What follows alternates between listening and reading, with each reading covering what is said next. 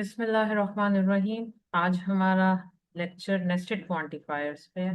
हम देखेंगे कि नेस्टेड क्वांटिफायर्स की ट्रांसलेशन किस तरह से करते हैं और उस नेस्टेड क्वांटिफायर्स में अगर ट्रुथ वैल्यूज मालूम करनी हो तो किस तरह हम ट्रुथ वैल्यूज को फाइंड कर सकते हैं।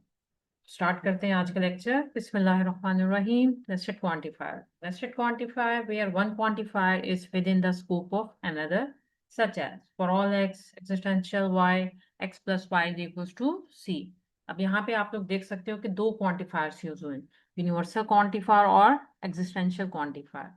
Everything within the scope of a quantifier can be thought of as a propositional function। तो यूनिवर्सल के लिए के स्कोप में क्या आता है? Existential quantifier plus this expression.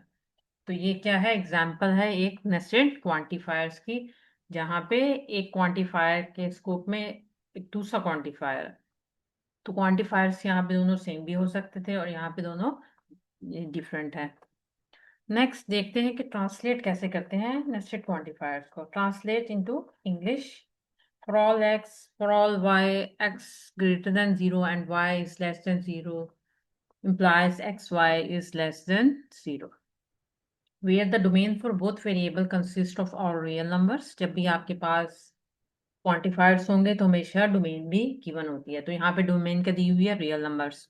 अब इसकी ट्रांसलेशन करते हैं। ट्रांसलेशन कई तरीकों से हो सकती है, जो आपको इजी लगे वो आप उसको अडॉप्ट कर सकते हैं।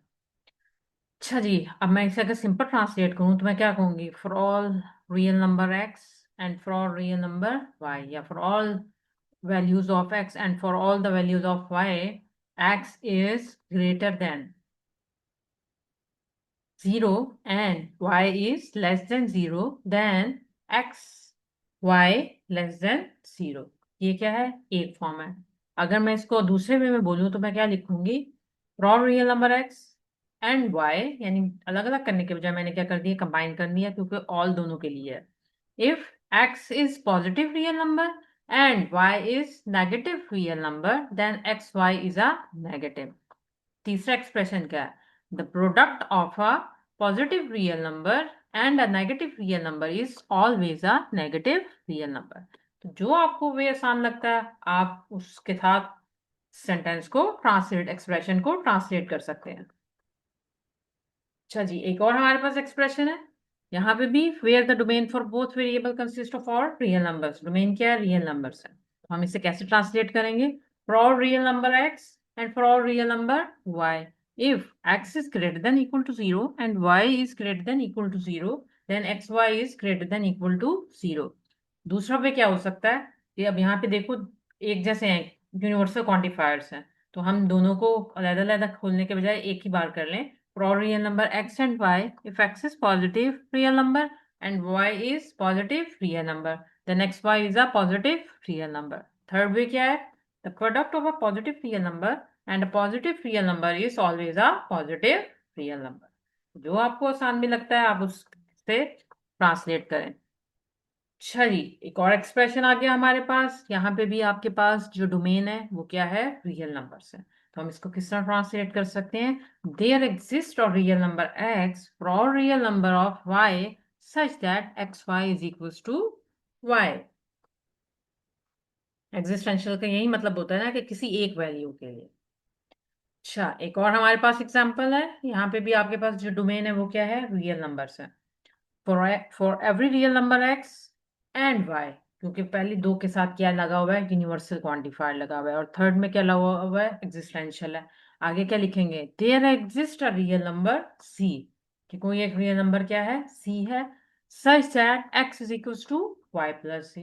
तो हमने सिंपल से वे में इसको ट्रांसलेट कर लिया। Next is another example. Here domain is a real number. अच्छा जी, इसको हम कैसे ट्रांसलेट करेंगे? यहाँ पे भी देखें आपके पास यूनिवर्सल क्वांटिफायर्स यूज हुए हैं, तो हम क्या लिखेंगे? अच्छा, यहाँ से हम बैक से स्टार्ट करें। The product of two non zero number is, देखें x भी क्या है? नॉट इक्वल टू जीरो है, एंड y भी क्या है? नॉट इक्वल टू जीरो है। If and only if x and y is not equal to zero. अगर दोनों में से कोई एक भी जीरो होगा तो आंसर क्या आएगा? जीरो आएगा। तो दोनों हम कह रहे हैं नॉन जीरो है, तो दोनों का प्रोडक्ट भी क्या होगा? नॉन जीरो होगा। तो हम इसे ट्रांसलेट कर लेते हैं। The product of two non zero number is non zero if and only if both numbers are non zero. या आप सिंपल वैसे भी कर सकते हैं कि for all real number of x and y x is not equals to zero and y is not equals to zero if and only if x and y is not equal to 0. The order of a quantifier. Many mathematical statements involve multiple quantifications of propositional function involve more than one variable. The order of quantifiers is important unless all the quantifiers are universal quantifiers or all are existential quantifiers. The order तब matter करता है जब हमारे पास different quantifiers use हुए हों, ठीक है। और अगर सेम क्वांटिफायर्स यूज हुए हुए हैं, यानी दोनों के दोनों फॉर ऑल यूनिवर्सल क्वांटिफायर्स हैं या दोनों के दोनों एग्जिस्टेंशियल क्वांटिफायर्स हैं, तो फिर ऑर्डर पे फर्क नहीं पड़ता। एग्जाम्पल देखते हैं। Let P of x y be the statement x plus y is equal to y plus x. What are the truth values of the quantification. तो आपके पास क्या दिया हुआ है, एक एक्सप्रेशन दिया हुआ है, प्रोपोजिशनल फंक्शन दिया हुआ है x plus y is equal to y plus x. तो वो कह रहा है कि इसकी ट्रूथ वैल्यूज क्या होंगी। For all x, for all real number of x and for all real number of y p of x y and for all real number of y and x p of x of y। अच्छा जी, हमारे पास real number की domain चूंकि दी हुई है तो हमने क्या करनी है, इनकी वैल्यूज निकालनी है। अब यहाँ पे देखें, दोनों के दोनों जो आपके क्वांटिफायर्स हैं वो दोनों सेम है, ठीक है, तो ऑर्डर मैटर नहीं करता। अब अगर यहाँ पे कोई भी रियल नंबर ले लें, एक्स प्लस वाई पुट करें, वैल्यू को is equal to y plus x करें, तो वो दोनों क्या आएंगे, सेम आएंगे। यानी कम्यूटेटिव लॉ अप्लाई हो रहा है कि हमें अरेंजमेंट से फर्क नहीं पड़ रहा। इसी तरह दो quantification for all x, for all y p of x y denotes the proposition for all real number x and for all real number y x plus y is equals to y plus x. तो quantification for all y for all x p of x y denotes the proposition for all real number y and for all real number x x plus y is equals to y plus x। तो दोनों का answer क्या आएगा, same ही आएगा। चूंकि quantifier same है इसलिए हमें ऑर्डर से फर्क नहीं पड़ता। This is for all x and for all y p of xy and for all y and for all x p of y have the same meaning and both are true। क्योंकि दोनों क्या आ रहे हैं, true आ रहे हैं। Principle. This illustrates the principle that the order of nested universal quantifier in a statement without other quantifiers can be changed without changing the meaning of the quantified statement। Example, यहाँ पे अब आपके पास एक prepositional function दिया हुआ है x plus y is equal to zero. What are the truth values of the quantification this and this where the domain for all variable consists of all real number। अब हमारे पास function ये है और domain क्या दी गई है, real number है। अब हम इसे सॉल्व करना शुरू करते हैं। सबसे पहले फर्स्ट पार्ट उठाते हैं। अच्छा जी, इसे सबसे पहले हम ट्रांसलेट करते हैं। ट्रांसलेट करने से क्या होता है कि हमें समझ आती है कि क्या क्या रहा है। अच्छा जी, सबसे पहले क्या है, एग्जिस्टेंशियल वाई है, यानी there is a real number y, ठीक है, सच दैट यहाँ पे आगे क्या है, यूनिवर्सल एक्स है for every real number x Q of x y. अब क्यू ऑफ एक्स वाई की जगह क्या आ जाएगा, x plus y is equal to zero. The statement is this is false because what value of y is chosen, there is only one value of x for which x plus y is equals to 0। अच्छा, अब हम इसे समझते हैं। आपके पास expression का given है x plus y equal to zero, domain क्या है, रियल नंबर्स। अब आपके पास ये एक्सप्रेशन है, यहाँ पे वो क्या कह रहा है कि y की कोई एक वैल्यू क्या करेगी, x की तमाम वैल्यूज में इस एक्सप्रेशन को क्या करना चाहिए, ट्रू करना चाहिए, यानी इक्वल करना चाहिए। तो अब आप लोग करके देखें x और y की वैल्यूज से। अब मैं कह रही हूँ कि y की कोई एक वैल्यू क्या है मेरे पास, -1 मैंने सपोज कर लिया, और यहाँ पे आप वाई एक्स की वैल्यूज डालना शुरू करें क्योंकि यूनिवर्सल है, ठीक है, एवरी वैल्यू ऑफ एक्स। तो एक्स की मल्टीपल वैल्यूज लेते हैं, पहले लेते हैं 1 फिर 2 फिर 3 फिर 4 फिर 5, और वाई की क्या वैल्यू है, कोई एक वैल्यू। तो मैंने सपोज कर ली कि कोई एक वैल्यू क्या है, -1। तो 1 प्लस -1 इज इक्वल टू 0, ये तो हो गई ट्रू। मगर अब जब बात आती है 2 plus -1 is not equal to 0, it's equal to 1। इसी तरह फिर आगे वैल्यूज क्या बढ़ती जाएंगी, जीरो नहीं आएगी। तो ये क्या हो गया, फॉल्स हो गया, क्योंकि हम कह रहे हैं कि को बाय की एक वैल्यू एक्स की तमाम वैल्यूज के लिए एक्स प्लस वाई को क्या कर रही है, जीरो कर रही है, ट्रू कर रही है, जबकि ऐसा नहीं है। इसीलिए हम कह रहे हैं कि ये क्या है, फॉल्स है। क्योंकि ऐसा नहीं हो रहा, सिर्फ एक वैल्यू ट्रू हो रही है, बाकी सारी वैल्यूज क्या हो रही है, फॉल्स हो रही है। अब इसकी सेकंड पार्ट को चेक करते हैं फॉर ऑल के लिए। ऑर्डर चेंज है ना, यही तो हम कह रहे हैं कि जब आपके पास डिफरेंट क्वांटिफायर्स होते हैं और उनका ऑर्डर मैटर करता है। क्यों मैटर करता है, कि ये देखो अभी इससे जब हमने किया ऑर्डर, और अब आगे जब हम ऑर्डर चेंज करके करेंगे तो क्या वैल्यू आती है। अब यहाँ पे क्या है, फॉर ऑल एक्स, कि एक्स की तमाम वैल्यूज के लिए क्या है, there is a real number y, और एक्सप्रेशन क्या है, x plus y is equal to 0। अब आप लोग पेपर लें और उस पर सॉल्व करें, एक्स की वैल्यूज लिखें 1 2 3 4 5 6 7 8, और वाई की क्या कह रहे हैं, किसी एक वैल्यू के लिए, कि एक्स की तमाम वैल्यूज में वाई की कोई एक वैल्यू क्या कर रही होगी, इस एक्सप्रेशन को सेटिस्फाई कर रही होगी। तो वाई की हमने वही वैल्यू रखी -1, तो 1 + -1 is equal to 0। Statement quantifiers का की पोजीशन बदलने से मीनिंग ऑफ स्टेटमेंट चेंज हो जाते हैं। यही वो कह रहा है कि for every real number x there is a real number y, कि एक्स की तमाम वैल्यूज के लिए वाई की कोई एक वैल्यू होगी जिस पे x plus y is equal to 0 क्या हो रहा होगा, ट्रू हो रहा होगा। क्लियर है सबको, तो ये क्या हो जाएगा, ट्रू हो जाएगा। पीछे हम क्या कह रहे हैं, कि वाई की एक वैल्यू एक्स की तमाम वैल्यूज पे इस एक्सप्रेशन को क्या कर रही है, सेटिस्फाई कर रही है, पर जो कि ऐसा नहीं हुआ, इस वजह से ये फॉल्स हो गई और ये क्या हो गया, ट्रू हो गया। नेक्स्ट ऑब्जर्वेशन देखते हैं। From this observation in previous example it follows that if existential y for all x p of x y is true, when for all x existential y p of x y must also be true. However, if for all x existential y p of x y is true, it is not necessary for existential x for all x p of x y to be true. अब यहाँ पे आपके पास एक table है जिसमें वो दिखा रहा है, यहाँ पे दोनों क्वांटिफायर सेम है, तो हमारे पास मैटर नहीं पकड़ेगा ये पोजीशन। यहाँ पे क्या है, एग्जिस्टेंशियल यूनिवर्सल एक्स है, एग्जिस्टेंशियल वाई है। वो कह रहा है कब ट्रू होगा, for every x there is a y for which P of x y is true. और फॉल्स कब होगा, कि there is an x such that P of x y is false for every y. आगे क्या है, existential x for all y, ये कब true होगा, there is an x for which P of x y is true for every Y.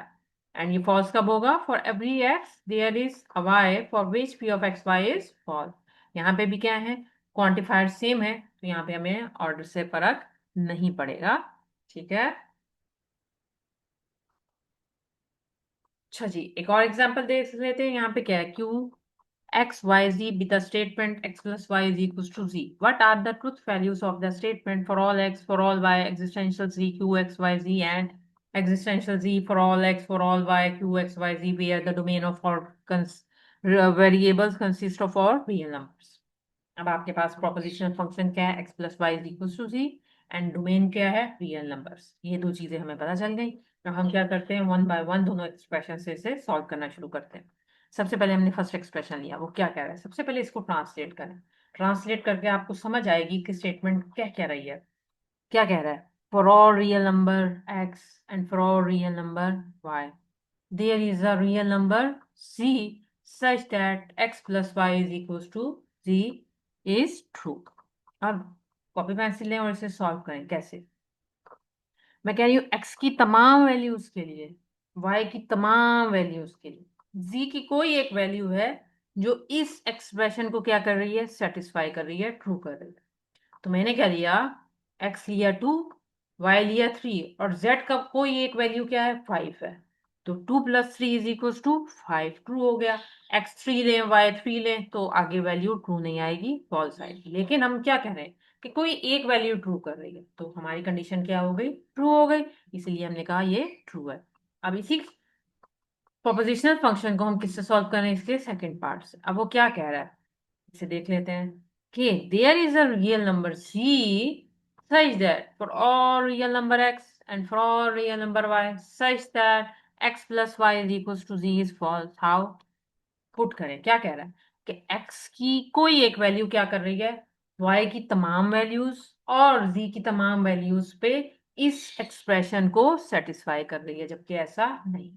अगर मैं कहूं कि x क्या है आपके पास, वही 2, और y क्या है, वही 3, और z क्या है, 5 है। तो अब 5 इन तमाम वैल्यूज को ट्रू नहीं करेगी, बल्कि आगे जाके 3 + 3 is not equal to 5, 4 + 4 is not equals to 5। तो ये क्या कर रही है, फॉल्स कर रही है।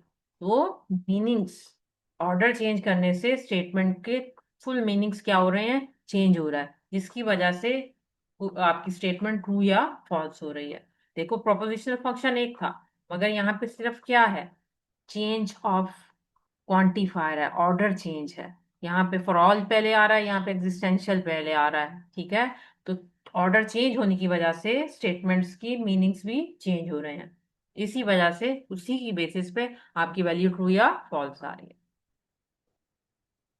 अच्छा जी, यहाँ पे हमने ट्रांसलेट करना देखा, the sum of two positive integer is always positive. तो हम इसको क्या कर सकते हैं, सबसे पहले वो कह रहा है कि आपने वेरिएबल असाइन करने हैं, वेरिएबल असाइन करने के बाद आपने प्रोपोजिशनल फंक्शन बनाने हैं। अब यहाँ पे देखो कह रहा है सम ऑफ टू पॉजिटिव इंटीजर्स, यानी आपके पास दो नंबर्स हैं, अगर आप उनका सम लें तो वो क्या आएगा, हमेशा पॉजिटिव इंटीजर आएगा। तो क्या है, एक नंबर x है, एक नंबर y है, अगर आप उन दोनों को सम करें एक थर्ड नंबर में उसकी वैल्यू आ जाएगी। तो हमने क्या लिख लिया, पी ऑफ एक्स क्या है, x is greater than zero, q of x, क्योंकि दोनों पॉजिटिव नंबर हैं तो वैल्यू क्या आएगी, ग्रेटर देन जीरो आएगी। Y is greater than zero, so r of x क्या होगा, x plus y is greater than zero. All integers टू मेन आ गई। तो अब हमने इसे लिख लिया, for all the real number of x and for all real number of y, x is greater than zero and y is greater than zero implies x plus y is greater than 0। इस तरह आप किसी भी, अगर आपके पास statement दी हुई है तो आप उसको लॉजिकली एक्सप्रेशन में ट्रांसलेट कर सकते हैं।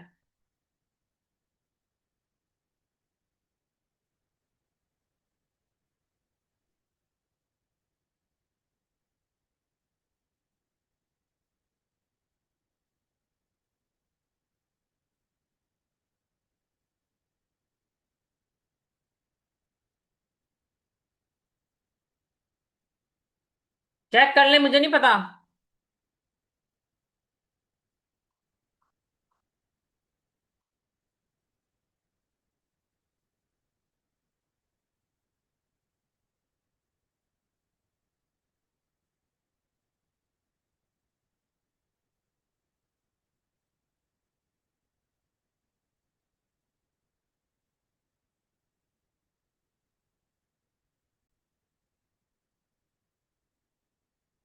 जी स्टूडेंट, आज के लेक्चर में मैंने आपको बेसिकली यही बताना था कि क्वांटिफायर्स, नेस्टेड क्वांटिफायर्स में ऑर्डर मैटर करता है, और जब वो डिफरेंट होते हैं, और जब सेम क्वांटिफायर्स आपके नेस्टेड क्वांटिफायर्स के एक्सप्रेशन में हो तो ऑर्डर मैटर नहीं करता। इसी की हमने कुछ एग्जांपल्स देखी और साथ में एक दो एग्जांपल्स ट्रांसलेशन की देखी।